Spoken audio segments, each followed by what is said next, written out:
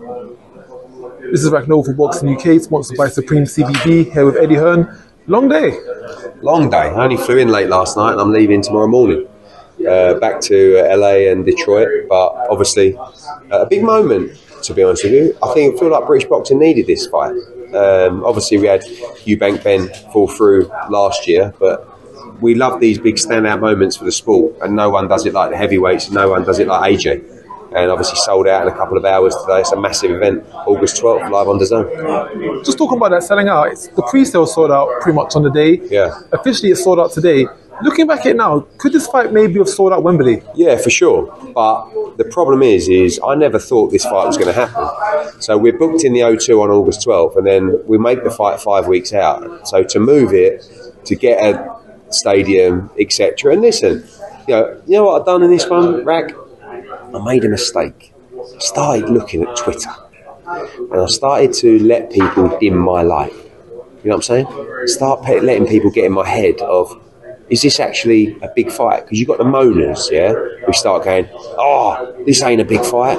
What a joke fight. I'm thinking, how's it a joke fight? Like, AJ's fighting Deontay Wilder, and as an interim fight, he's fighting Dillian Whyte at the O2. How is that not a great fight? And then I started to think, oh, maybe it ain't going to sell out. And I sat down with Frank Smith and I was like, do you think this is going to sell out? He's like, are you fucking mad?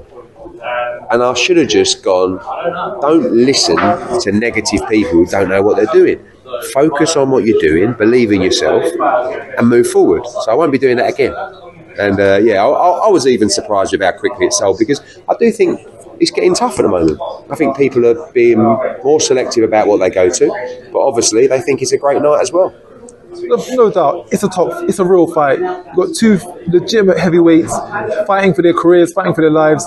But at the same time, we've got other heavyweight champions that are doing exhibition fights. It just shows the parallel between what the two fighters and promotions are doing right now, doesn't it? Yeah, I mean, like, everyone seems to want me to criticise Fury today, and I think it's bad for boxing what he's doing. But I don't, it's hard to criticise a man that's been offered, I don't know, 30 million, 40 million in a fight that he can't lose, an exhibition. Like, I just think it shows where he's at from a kind of legacy perspective. I mean, I don't know what he was offered, 70 or 80 million to fight Usyk for the undisputed. Like, you'd hope that he would take that. But, he's made his own moves, and good luck to him. Just talking about fights in Saudi, of course, this is an interim fight for Deontay Wilder, so that's going to take place end of the year or January. Is this maybe a bit of a risky fight for AJ to take? Yeah. I mean, look, they said to us, we'd rather you didn't fight. I said, look, he's made his mind up, he's going to fight. Okay, well, don't fight Dillian Whyte. Take an easy fight. And he fights Dillian Whyte. So I think he should be respected in that sense, but I think he also needs a fight that he can get up for. And this is clearly a fight he can get up for. And of course, you've managed both, AJ his whole career, Dillian Whyte, the best part of his career. Where does the loser go from here? I don't know. I mean, I think people talk about, is it career ending? I think it's just must win. I think Dillian loves to fight, AJ loves to fight. Certainly the world title ambitions are over for the loser, and that would be tough to come back from. And just talking on to other news, going on to the featherweights, of course, with Lara, rumours that it's going to be 7th of October. With Warrington, yeah. With Warrington. Yeah. Rumours going to be 7th of October in Sheffield. Any truth to that? We've still got some work to do with the WBA and Komatov. Both fighters have agreed terms for that fight.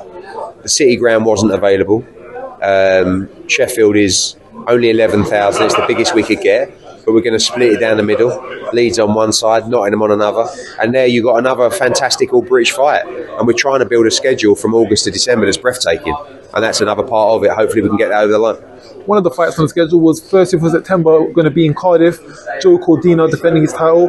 Not the fight he wanted. He's been a bit vocal about that. But how soon do we could look forward to a unification between the champions? I want it ASAP. I think every champion should look to unify, but it's not always that simple. O'Shaquie Foster wants a lot of money to come to Cardiff. I don't blame him. But when you're in a 4,500 arena there in Cardiff and Joe Cordina wants a fortune, it just doesn't work. So we've got to build that unification fight between them, get into a stadium in next spring, and in the meantime, Joe Cordina's got to have a voluntary. Now, for me, I thought that would be better against a Brit. Zelfa Barrett, maybe even Kakachi, but Joe's open to fight whoever he wants. He just wants to unify. But unfortunately, it doesn't always work like that. You know, we brought Ogawa to Cardiff, we brought Rakimov to Cardiff, but this time around, we just need a little bit more time to build that fight. And of course, Rocky Hernandez won his fight over the weekend. The mandatory for Shaquille Foster. Could we potentially see a double header on the 1st of September? Not on the 30th of September, but I'm looking at making that fight between Rocky Hernandez and O'Shaquie Foster in September in America. If I can do that, if I can build that fight the winners in a unification, that's the way we can get some momentum and make it happen. So I understand the frustration, but Joe's in a good position as world champion. Get that defence in and then unify. And just talking to another unification, of course, Jessica McCaskill, she's been out of the ring for a while. She's recently vacated her IBF championship. When all her and Sally Rami getting in the ring, because we believe that they have signed the contracts. They've both signed the contracts. That fight will be in September. Looks like it'll be in America. And again, it's just part of our schedule that we're putting together at the moment. Another part of the schedule, Bam Rodriguez, Sonny Edwards, we've all been looking forward to it. And it's going to be for the ring title as well. Hopefully, if they confirm that, yeah. I mean, they're kind of analysing it. It should be. Again, part of the schedule. Looks like first week of December on the West Coast. But that will be part of our big announcement soon.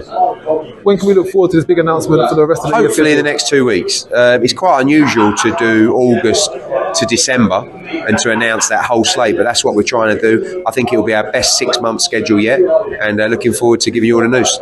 And just lastly, the Conor Benn situation, Heavy's meeting with the board this morning, I believe. When can we look forward to hearing the results? Yeah, I believe that went well, and I think sometime this week, news.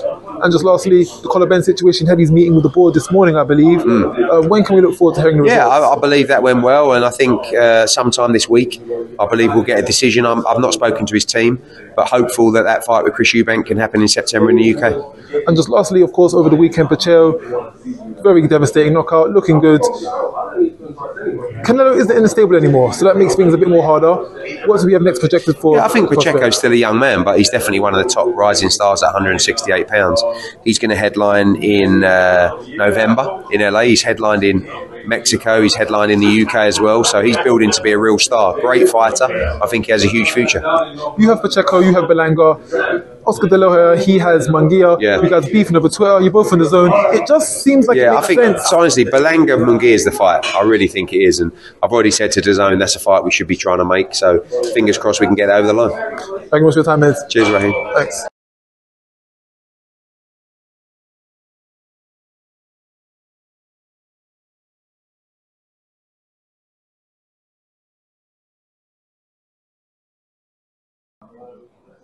This is Ragnall for Boxing UK, sponsored by Supreme CBD, here with Eddie Hearn.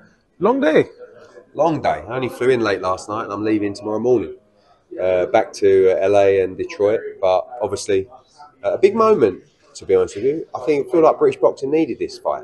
Obviously we had Eubank Benn fall through last year, but we love these big standout moments for the sport, and no one does it like the heavyweights, and no one does it like AJ. And obviously sold out in a couple of hours today. It's a massive event. August 12th, live on DAZN. Just talking about that selling out, the pre-sale sold out pretty much on the day. Yeah. Officially, it's sold out today. Looking back at it now, could this fight maybe have sold out Wembley? Yeah, for sure. But the problem is I